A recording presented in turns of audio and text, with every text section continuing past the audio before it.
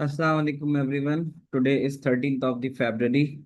और आज हम जो टॉपिक डिस्कस करने जा रहे हैं वो कल की कंटिन्यूएशन से है। कल हमने डाइकेस्ट्रा एल्गोरिथम किया था to for finding the shortest distance. इसके साथ एक और एल्गोरिथम होता है जिसका नाम होता है ए स्टार एल्गोरिथम। तो आज इसके ऊपर हम बात करेंगे, ए स्टार एल्गोरिथम के ऊपर। अब इसमें फर्क क्या होता है? फर्क ये है कि जब हमने कल क्वेश्चन किया था, ये क्वेश्चन आपके सामने आ रहा है, डाइकास्ट्रा का क्वेश्चन किया था। अब इसमें ऐसा है कि अगर हम बेस से चले थे तो इसमें एक इशू ये आता है कि बेस से अगर हम किसी भी सर्टेन नोड की जानिब जाते हैं तो हमारे पास कई रास्ते आते हैं। यानी बेस से टाउन 6 के लिए ये रास्ता भी है और बेस से टाउन 6 के लिए ये वाला रास्ता भी है। तो हमने ये देखा था, एक चीज हमने और भी देखी थी कि इस एल्गोरिथम में ये होता है कि ये समटाइम आपको अवे फ्रॉम डेस्टिनेशन लेके चला जाता है। एक चीज थी कि जैसे यहाँ पर आप देखो, ये स्ट्रेट डिस्टेंस था, ठीक है, 4 का। लेकिन फिर भी हम यहाँ गए, यानी 2 से हमने पढ़ा था कि ये it can be distance, time और कॉस्ट। ये जो मैग्नीट्यूड है ये कुछ भी हो सकता है। तो स्ट्रेट तो वो यहाँ पे जा रहे हैं, बट स्टिल हमें शॉर्टेस्ट फाइंड करने के लिए, शॉर्टेस्ट पाथ फाइंड करने के लिए जो हमें बाजार ये नजर आ रहा था, हम यहाँ नहीं गए। हम यहाँ नहीं गए, हम यहाँ चले गए। Like we go away from destination. यहाँ पे जो डेस्टिनेशन थी उससे हम दूर चले गए। क्या ये बात समझ में आती है? कि यानी इस वाले एल्गोरिथम में एक चीज ये होती है, in order to find the shortest path, ये आपको आपकी जो डेस्टिनेशन है उससे अवे भी लेके जा सकता है। तो यहाँ अवे जाने के बाद यहाँ गया, फिर घूम के यहाँ आया, तो ये आपके पास 2 और 1 3 की कॉस्ट के ऊपर टाउन 1 पहुंच गया। अदरवाइज अगर हम देखें नॉर्मल सिनारियो में तो डेस्टिनेशन तो हमें स्ट्रेट यहाँ पे नजर आ रही है, बट फिर भी वो हमें डेस्टिनेशन से के पास नहीं लेके गया, वो डेस्टिनेशन से अवे लेके गया।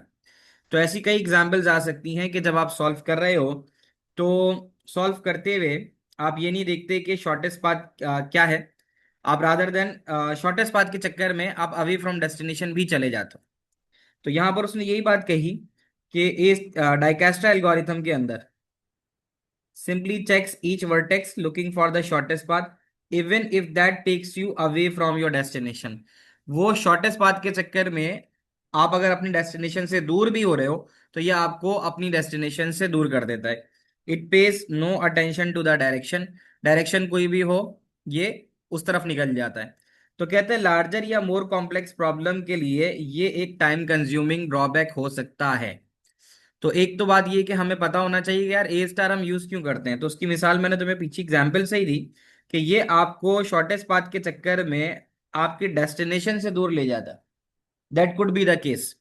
तो फिर इसकी वजह से ये डायरेक्शन की तरफ ध्यान नहीं देता, जो इसका एक ड्रॉबैक हो सकता है। ये 1 से 2 मार्क का आपसे पूछ लेगा।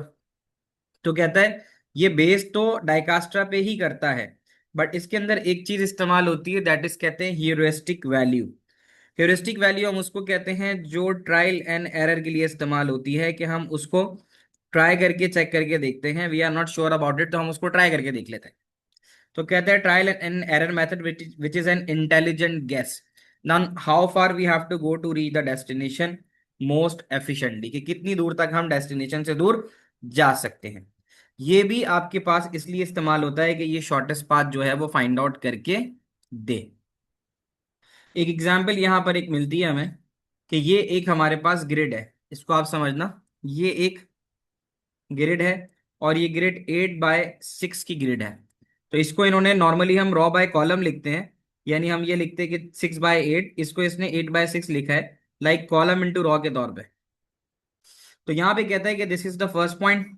ये हमारा पहला पॉइंट है जहां से हम स्टार्ट ले रहे हैं, ये हमारा स्टार्टिंग पॉइंट है। और उसके बाद आखिरी वाला, ये वाला, ये फिनिश पॉइंट है, यानी यहां पर हमने जाना है।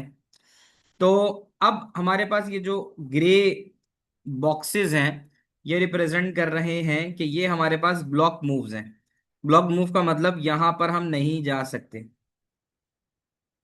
Block moves.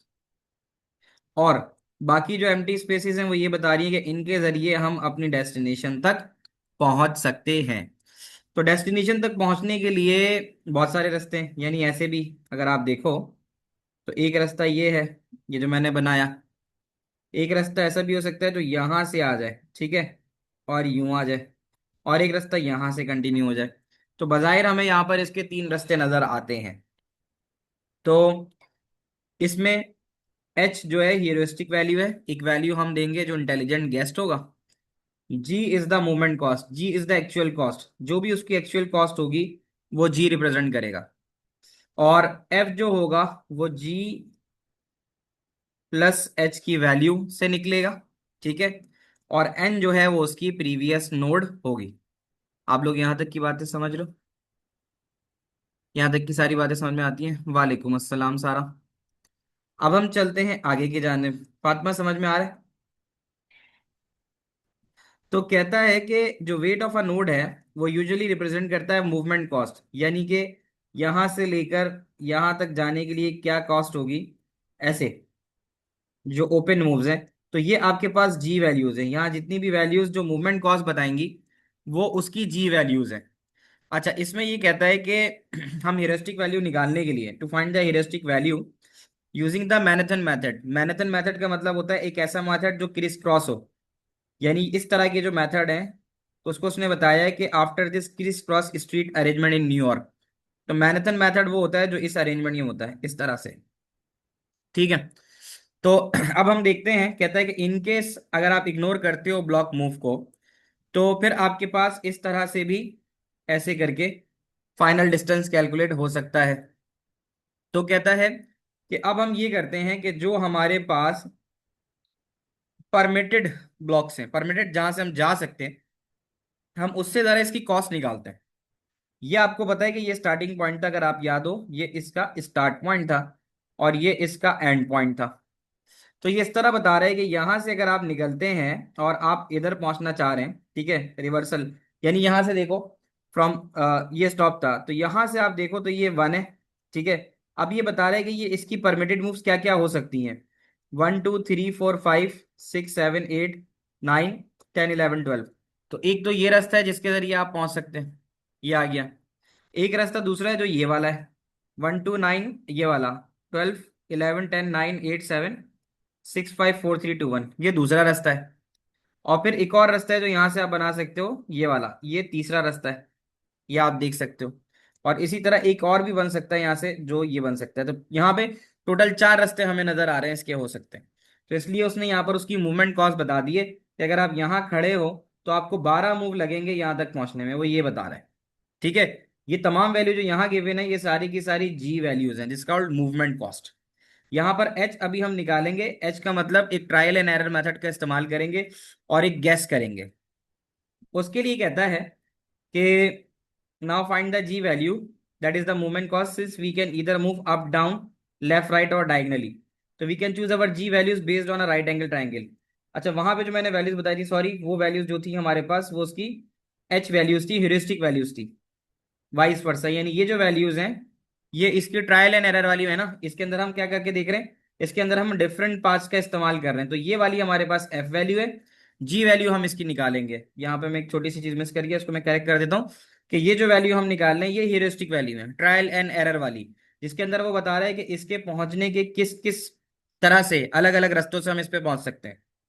तो अब कहता है कि अगर हम जी वैल्यू निकालना चाह रहे हैं, that is the movement cost, उसके लिए हम या तो मूव अप एंड डाउन जा सकते हैं, यानी हम यूं जा सकते हैं, यूं जा सकते हैं, और यहाँ फिर यूं जा सकते हैं, हम ऐसे भी तो मूव हो सकते हैं ना। तो कह रहा है जी वैल्यू के लिए आप इधर ऐसे जाओ, यानी यहां से यहाँ डायगनल, या तो ऐसे जाओ हॉरिजॉन्टल, या तो फिर ऐसे जाओ वर्टिकल। तो कहता है जी वैल्यू फाइंड आउट करने के लिए आपके पास ये मूव्स हैं, अप डाउन लेफ्ट राइट या डायगनली, ये जी के लिए आपकी मूव्स हैं।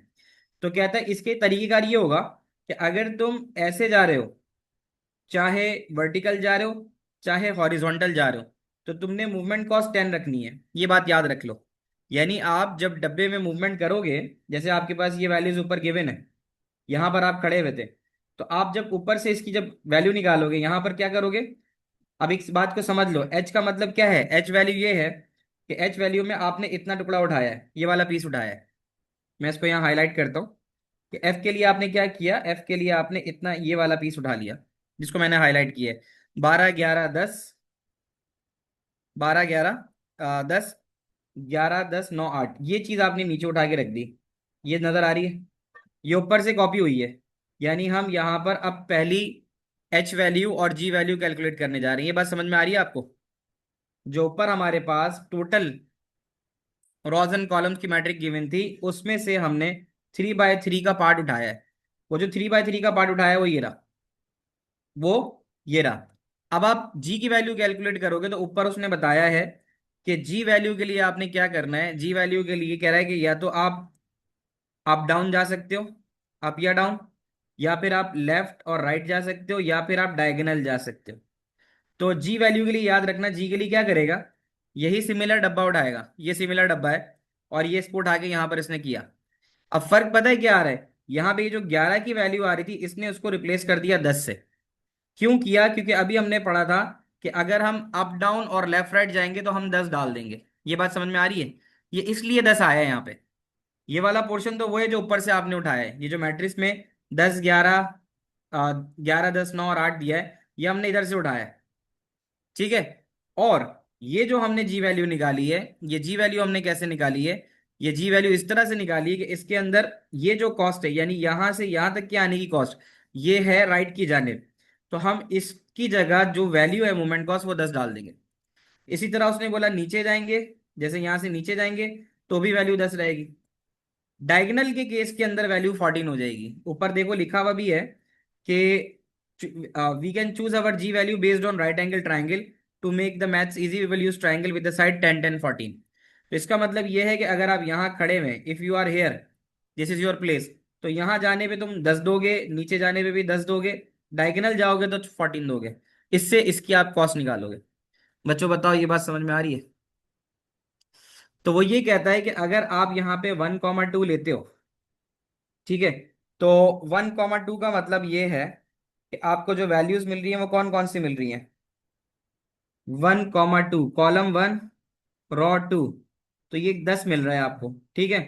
तो एफ कैलकुलेट होता है जी और एच की वैल्यू से। ये है हमारे पास जी प्लस ये है हमारे पास एच। सही है। तो अब आपको जो वैल्यू मिल रही है 1/2 पे, इसको हम लिख देते हैं यहाँ पे। ये इसका समझ लो, एक है, दो है, तीन है, ये एक है, दो है और तीन है।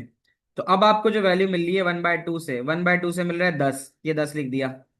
फिर इसी तरह इसके भी 1/2 से आपको जो मिला वो 11 मिला, समझ लो। तो 11 और 10 21 हो गया। एक तो आपने ये वैल्यू निकाली, और ये वैल्यू आपने निकाली है नीचे की। फिर आप अगर इस तरफ जाते हो, सही है, अब इस तरफ जब आप जाओगे तो ये हो जाएगा 2/1। तो यहाँ 10 मिल रहा है, या आपको 10 मिल गया, और यहाँ 11 मिल रहा है, यहाँ आपको 11 मिल गया। आप समझ रहे हो बात? यहाँ 21 आ जाएगा, तो ये आ गया 21, ये इसकी कॉस्ट आ रही है। यानी वो ये बता रहा है कि आप अगर यहाँ खड़े हुए हो तो आपके पास जाने का या तो ये रास्ता है, या तो ये रास्ता है, या तो ये रास्ता है। ऐसा ही है। तो इन तीन रास्तों में से आप कौन सा सिलेक्ट करोगे छोटा, वो आपने निकालना है। अब कहता है अगला वाला, दैट इज 2/2। 2/2 कौन सा होता है? 2/2 ये होगा।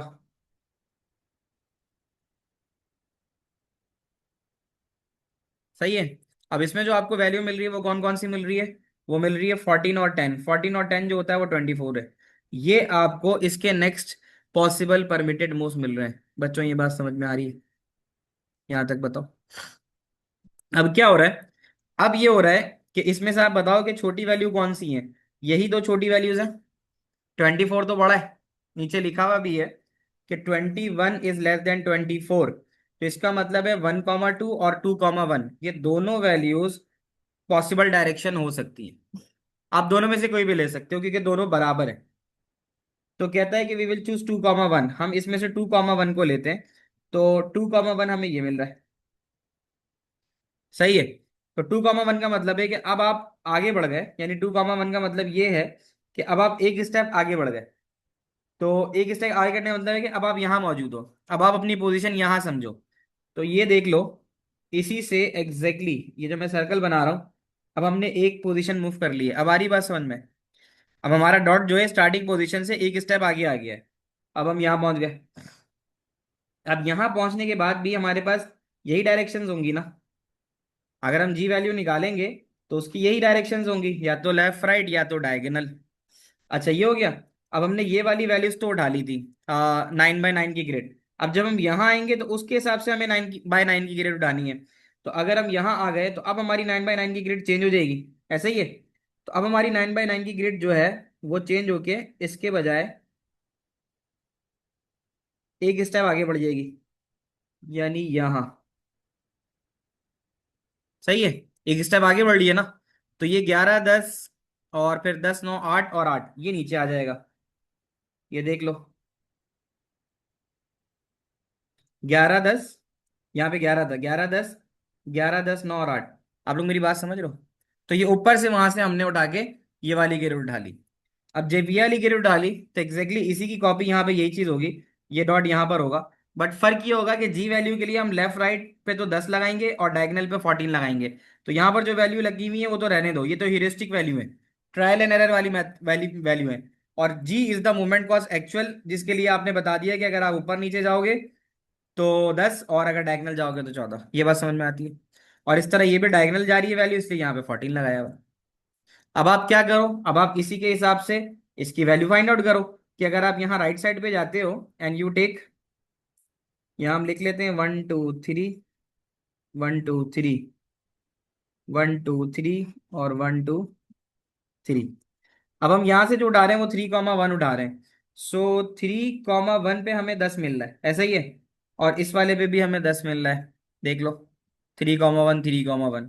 तो दोनों पे 10 10 मिलने की वजह से हमारे पास जो वैल्यू आ रही है वो 20 आ रही है।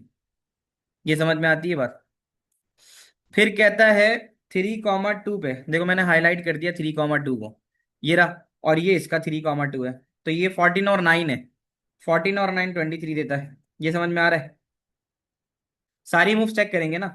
फिर हम चेक करेंगे 1 2, ठीक है, यानी कॉलम 1 और 2, वहां से हमें ये 14 मिल रहा है और इस वाले से 11 मिल रहा है। तो ये 25 हो जाएगा। सही है, मैं सारी हाईलाइट कर रहा हूँ। और उसके बाद जो रह जाएगा वो रह जाएगा हमारे पास 2 2, ये जो मैं अभी अलग से कर रहा हूँ, ये मेरा 2 2 और ये भी मेरा 2 2। इन दोनों को करूंगा 10 और 10 20 हो जाएगा। अब हमें यहाँ पे नजर आता है कि यार जो छोटी वैल्यूज हैं वो मेरे पास ये और ये आ रही हैं, ठीक है। तो अब हमारे पास 3 1 आ रहा है और दूसरा आ रहा है 2 2। तो कहते हैं 20 इज द स्मॉलेस्ट। हमारे पास जो वैल्यू आ रही है 20 वो स्मॉलेस्ट वैल्यू है। तो नेक्स्ट स्टेज कैन बी 3 1 या 2 2। ये हमारी मर्जी है कि हम इसको ले लें या उसको ले लें, ये हमारी मर्जी है। तो हम यहाँ पे 3 1 को ले लेते हैं। 3 1 का मतलब हम इस वैल्यू को लेते हैं, हम यानी इधर से इधर बढ़े और इधर से इधर बढ़ रहे हैं। अब आ रही बात समझ में? पहले हम यहाँ से यहाँ बढ़े थे, अब हम यहाँ से यहाँ बढ़ेंगे। तो अब हम और आगे बढ़ गए। अब हम यहाँ आ गए, थर्ड के ऊपर आ गए, लाइक थर्ड कॉलम की जानिब आ गए। तो अब हम थर्ड कॉलम की जब जानिब आएंगे तो हम थर्ड कॉलम का की ग्रेड उठाएंगे। तो थर्ड कॉलम की जब हम ग्रेड उठाएंगे तो वो ग्रेड ये उठेगी।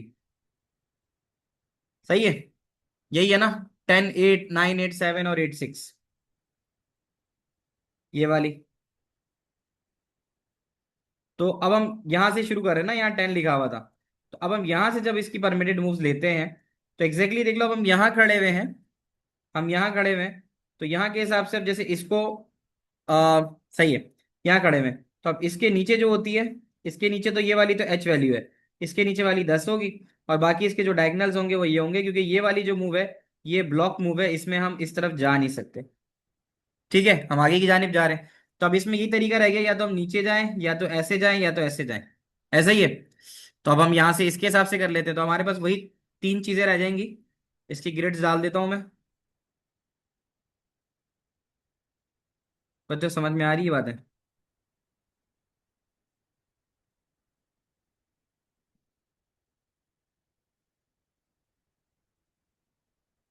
अब आप देखो, अब हमसे कहते हैं स्क्वायर 2 2 पे जाते हैं। तो मैंने 2 2 पे ये 14 और 10 उठाया, तो 14 और 10 उठ के 24 मिल गया। अगले में कहते हैं 3 2 पे जाते हैं, ठीक है, यानी इसके जो भी परमिटेड मूव्स हैं उसकी तरफ जा रहे हैं। 3 2 पे यहाँ 10 मिल रहा है, वहां 9 मिल रहा है, 10 9 19 हो गया। फिर उसके बाद ये जो मिल रहा है 4 2, 4 2 पे हमें मिल रहा है 14 और इधर मिल रहा है 8, तो ये हो गया हमारे पास 22। अब इसमें से अगर हम गौर से देखें तो हमें जो छोटी वैल्यू मिल रही है वो वैल्यू हमें मिल रही है ये वाली, that is the 19th one. सही है। अब 3,2 इज द स्मॉलेस्ट वैल्यू, तो ये हमारे पास नेक्स्ट स्टेप हो जाएगा। तो इसका मतलब है कि अब हमारे पास जो मूवमेंट है 3,2 का मतलब है वो यहाँ आ जाएगा। ऐसा ही है। तो हम यहाँ यहाँ यहाँ और अब यहाँ पहुंच गए। यहाँ तक बात समझ में आ रही है? तो अभी हम यहाँ तक पहुंचे। तो यहाँ तक पहुंचने के लिए अगर आप और से देखो, ऐसे करके ऐसे करने पे हमारे पास एक वैल्यू आ रही है 60 की। ठीक है। जितनी भी वैल्यूज आ रही हैं यानी पिछली वैल्यू में ऐड करके आया है। तो रूट 1 के लिए जो ये ब्लू से बता रहा है, उसके लिए 21, 20 और 19 की कॉस्ट आ रही है। सही है। पिछली वैल्यूज की कैलकुलेशन के हिसाब से, ये जितनी पिछली वैल्यूज हैं इसकी कैलकुलेशन। तो वही कह रहा है कि ये इसकी वैल्यूज है। फिर रूट 2 की बात करेंगे जो ऐसे डायगनल करके आ रहा है, उसकी वैल्यू 24 और 93 है। यानी यहाँ आएगा और यहाँ से फिर यहाँ आ जाएगा। ठीक है। उसकी वैल्यू आपके पास 24 और 19 है, सॉरी। तो वो 43 बना देगा। और फिर रूट 3 जो है उसकी वैल्यू जो यूं करके यूं आ रहा है, उसकी भी वैल्यू 60 है। तो अब आपको एक स्टेप के अंदर अगर आपको यहां पहुंचना है, 1, 2, 3, तीसरे बॉक्स के ऊपर पहुंचना है, तो आपको कम से कम जो वैल्यू लगेगी वो 43 लगेगी। क्या ये बात समझ में आती है? ये बताना मुझे। सही है। तो ये आपसे कहता है कि it seems route 2 is the shortest route, that is 1,1, यानी पहले ये 1,1 पे होगा, फिर नेक्स्ट आएगा 2,2 पे, और उसके बाद आ जाएगा 3,2 पे। तो ये इसका शॉर्टेस्ट रूट होगा। तो कहता है कि when considering the next square applying the above rule it becomes clear that the next stage in the route is 1,1, 2,2 और 3,3। यहाँ तक की बात समझ में आती है? ये बताना। 3,3 का मतलब है वो ये कह रहा है कि अब जब ये आगे जाएगा तो ये यहीं पे जाएगा ना, यानी यही स्पेस मिल रही है इसको। तो इस तरह से आपके पास जो आगे कैलकुलेट करते चले जाएंगे आप, तो आपके पास जो बेस्ट मूव आएगा फ्रॉम सोर्स टू डेस्टिनेशन, वो इस वाली कॉस्ट के जरिए आएगा थ्रू द डायगोनल। तो कहता है कि if we have move to, अब आप ये बता सकते हो कि भाई आप कहाँ कहाँ गए हो। आप 1,1 पे गए, फिर नेक्स्ट आप जा रहे हो 1,1 के बाद 2,2, फिर 3,3, फिर नेक्स्ट मूव आपका था 4,4, फिर था 5,4, फिर था 6,4, फिर था 7,5, और आखिर में आपके पास 8,6। यहाँ तक बात समझ में आ रही है? तो ये आप इसके रूट्स डिफाइन कर सकते हो। तो उसने नीचे भी यही डिफाइन किया, 1,1, 2,2, ये आ गया, 3,3, 4,4, 5,4, 6,4, 7,5 एंड 8,6। तो ये इसका शॉर्टेस्ट पाथ होगा। तो इस तरह का कुछ भी आपके पास सवाल आएगा तो आप इस तरह से बना सकते हो। Shortest path will be diagonal, हाँ डायगनल ही बनेगा। जो कॉस्ट है इसकी यही बनेगी। तो एक तो ये है। और दूसरी चीज, इसके दो सवाल या एक सवाल आए हुए हैं, उसको भी डिस्कस करते हैं। प्लस इसके 2-3 मार्क्स की ये चीज आ जाएगी कि यार ये इस्तेमाल कहाँ पे होते हैं, एग्जाम्पल क्या है इनकी। तो एग्जाम्पल इनकी इस्तेमाल होती है ग्लोबल पोजिशनिंग सिस्टम के अंदर, इस्तेमाल होते हैं गूगल मैप्स के अंदर, इस्तेमाल होते हैं।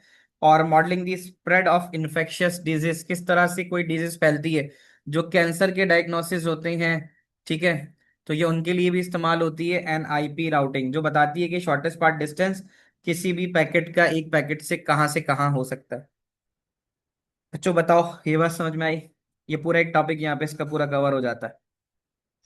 इसकी example from the pass paper I think मैंने एक देखा है, उसको भी जरा डिस्कस कर लेते हैं। गिव मी अ मिनट, मैं पास पेपर का क्वेश्चन निकालता हूँ और हम उसको डिस्कस करते हैं। अच्छा। तो यहाँ चलते हैं बच्चों, ये है अक्टूबर नवंबर 21। अच्छा। अक्टूबर नवंबर 21 है। और 3,1 इसका है ये क्वेश्चन। अब यहाँ पर आपने find the shortest path between home and school notes using A* algorithm, ये आपने करना है। और पहले के 2 स्टेप्स आपको करके दे दिए गए। यहाँ पर इसने H और G की वैल्यूज आपको पहले से दे दी हैं। तो कहता है नोड, अगर आप कहते हैं होम की जो लोकेशन है कॉस्ट फ्रॉम होम नोड, तो होम से होम की तो कोई कॉस्ट ही नहीं है ना, जीरो ही होगी। ठीक है। अच्छा। चलो देखते हैं। तो यानी होम से होम की तो कोई कॉस्ट ही नहीं, अगर आप बैठे हो अपने घर में बैठे बैठे तो उसकी तो कोई कॉस्ट ही नहीं है। तो होम से होम की कॉस्ट जीरो है। हेरोस्टिक वैल्यू जो है ना वो ऊपर दी हुई है, यहाँ देख सकते हो एच की वैल्यू ऊपर है सब पे। यानी जितनी भी दी गई है ये सारी की सारी एच की वैल्यूज हैं, ये एच है, ये एच है, जो ऊपर दी गई है वो एच की वैल्यू है। ठीक है, तो ये एच की वैल्यूज आपके सामने यहाँ पे मौजूद है। और ये जो नीचे दी गई है ये जी की वैल्यूज हैं, ये जी की वैल्यूज हैं, ये एच है। तो यहाँ बताया उसने कि आपने निकालना है ऐसे कि होम से होम जो है उसकी ह्यूरिस्टिक वैल्यू 14 है, वो जो यहाँ दी हुई है ये देखो। तो 0 + 14 हो गया, आपने टोटल ये निकाल दिया। फिर कहते हैं ए की जो कॉस्ट है होम से, यानी ए का जो होम से फासला है उसमें जी की वैल्यू तो 1 है, वो जी की वैल्यू 1 आ गई। और होम के ऊपर एच की वैल्यू 10 है तो ये 10 आ गई, तो 10 और 1 11 हो गया। ये उसने आपको करके दिया है। I can give you 3 minutes, I think that is more enough.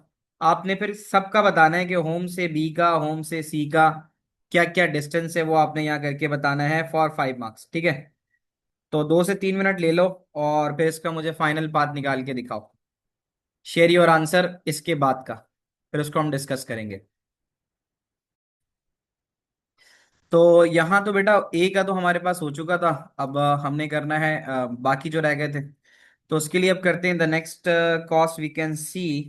Home से ए तो हो गया, तो होम से बी पे आ जाते हैं। होम से बी पे आएंगे तो जो वैल्यू ऑफ जी होती है वो ये लिखी हुई होती है। ठीक है, तो ये तो मेरे पास जी आ गया, पहले लिखता हूँ। इसकी बात करते हैं बी की।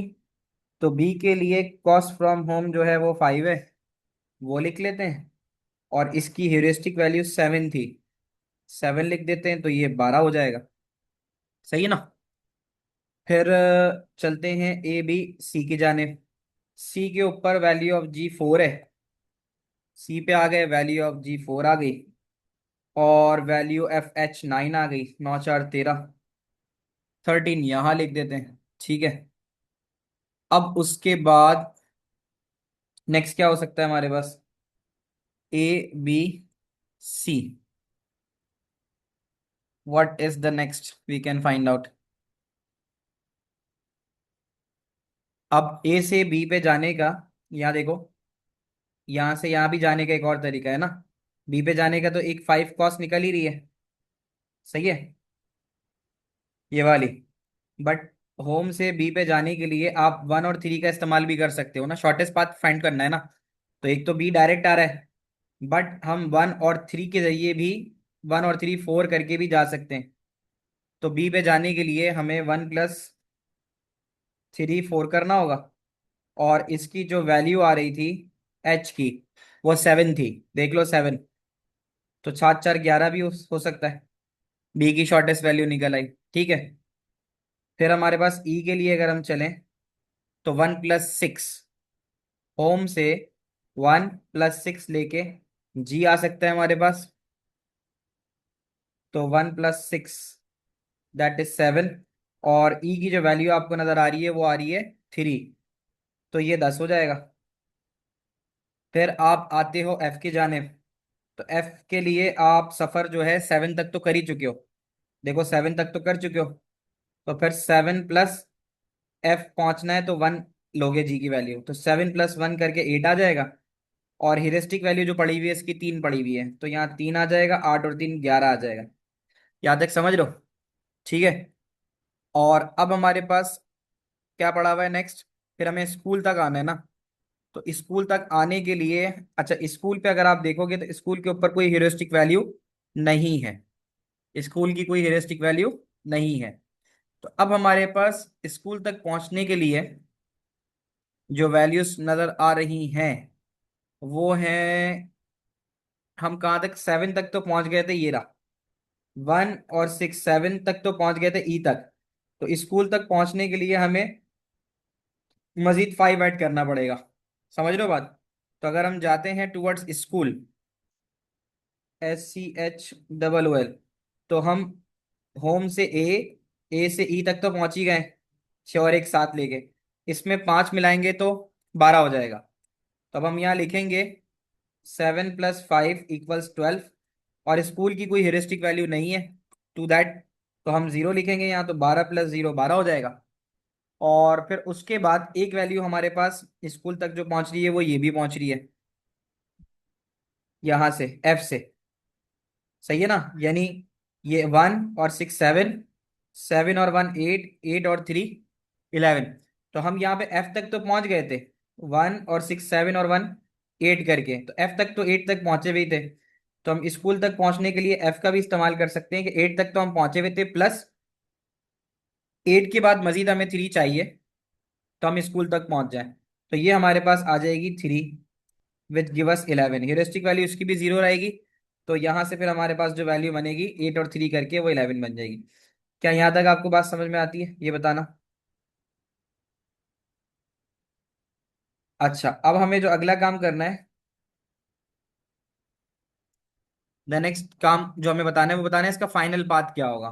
तो फाइनल पाथ आपको नजर आ रहा है कि अभी जितना भी हमने चलाया है ए चलाया है, ठीक है, यानी होम से ए से ई तक चलाया है। अब यहाँ पे स्कूल पे आने के लिए दोनों में से कम जो आ रहा है वो 11 है। वो कौन सा है, 11, सबसे कम वाला पाथ। तो वो कब फॉलो हो रहा है, वो उस वक्त फॉलो हो रहा है कि जब ये होम से ए से ई, 6 और 1 7 और एफ तक गए 8 आ गया, ठीक है। 8 और 3 11, तो यहां तक आके हमारे पास 11 बनेगा। तो ये जितना हाईलाइटेड पार्ट हमने बनाया है वो हमारा शॉर्टेस्ट पार्ट डिस्टेंस है। तो फाइनल पार्ट जो हम इसका बनाएंगे वो बनाएंगे होम, होम से ए से ई से एफ। यहां तक बात समझ में आती है। ये एग्जैक्टली exactly इसका तुम समझ लो, और आखिर के अंदर स्कूल भी है ना, होम से ई एफ और फिर स्कूल पहुंच रहे हैं। बच्चों बताना, यहाँ तक क्लियर है सारी बातें। ठीक है। इसका एक क्वेश्चन और है, I will share with you, उसको जरूर जो है ना प्रैक्टिस कर लेना।